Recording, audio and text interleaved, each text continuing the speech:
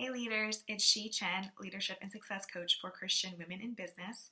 And in today's video, I wanted to talk to you about a question I get asked a lot, and it's, should I incorporate faith into my business?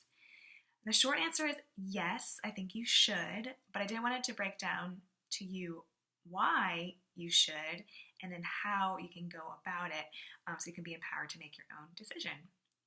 So why I think you should incorporate faith into your business is because if you are the CEO of your business, or if you are like a solopreneur creating a personal brand, your faith is so much just a part of who you are that it might be difficult to separate that from your work and from your business.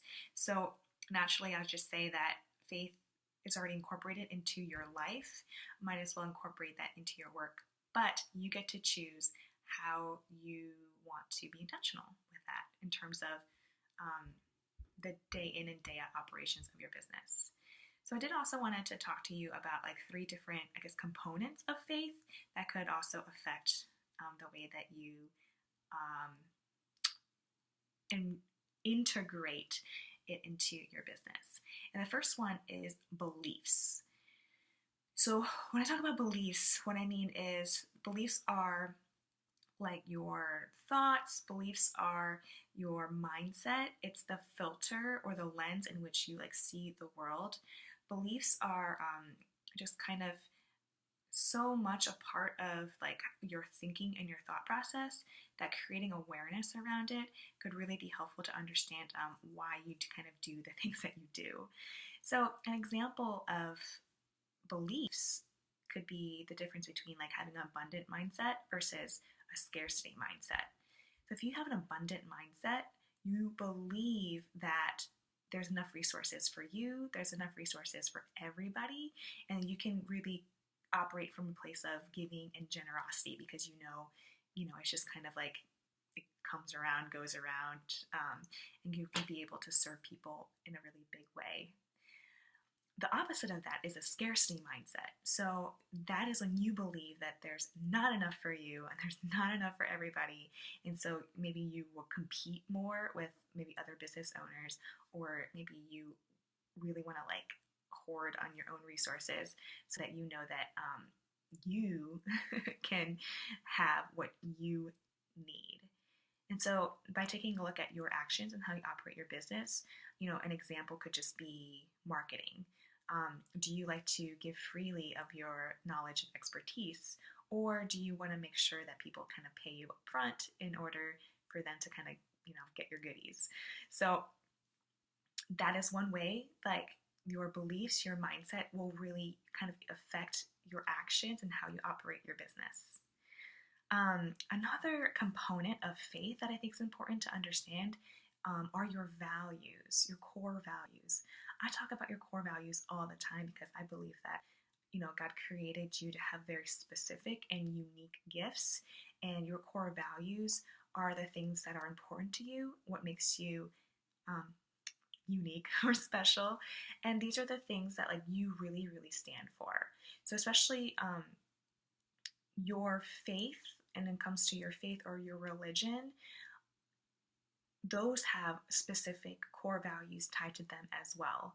So, for example, as a Christian, I really value empowerment and community and creativity and stewardship.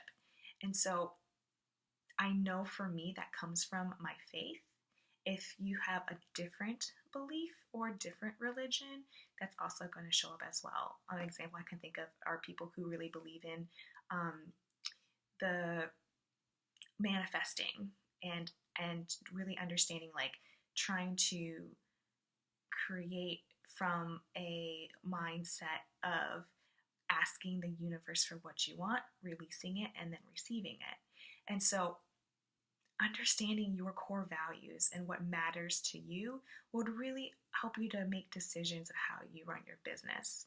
So back to me, community is really big for me, and so I make decisions based on doing collaborations with other business owners, or maybe doing some group coaching so then my clients can be able to mix and mingle and not feel so alone.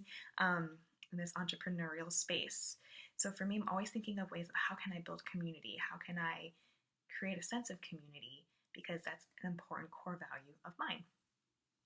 And then the last thing I want to talk to you again is about like communication and actions. So I guess this is the specific decision of how you want to stand out in the marketplace. This is the question of, well, do I actually, use faith in my marketing, in my messaging, in my clientele? And again, this is going to be a case by case basis, but I think it's important for you to understand your position in the marketplace. Do you want to stand for your faith?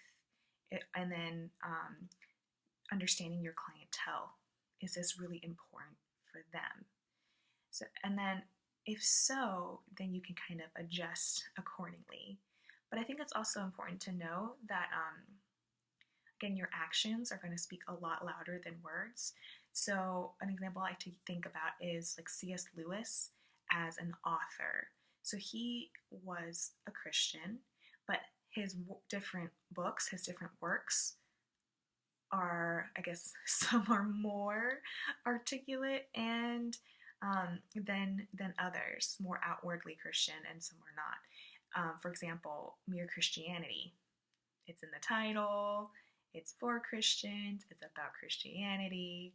He's very upfront about that. Whereas something like Chronicles of Narnia has more, again, themes. The beliefs are there. The values are there. But he's communicating that in a little less outwardly, more thematically expressing the faith. And so it's up to you of how you want to approach that, considering how you want to come across, considering your audience, and how you want to best represent you in your work. So I hope this video was helpful for you of should I incorporate faith into my business? Yes, you should, because it's incorporated into who you are, but then how you go about it, that's entirely up to you. So I hope this video was helpful. If you did find it helpful, please share it with your friends. And if you have any questions or comments, feel free to email me at she@shechencoaching.com. I'd love to hear from you. All right, have a great day. Bye.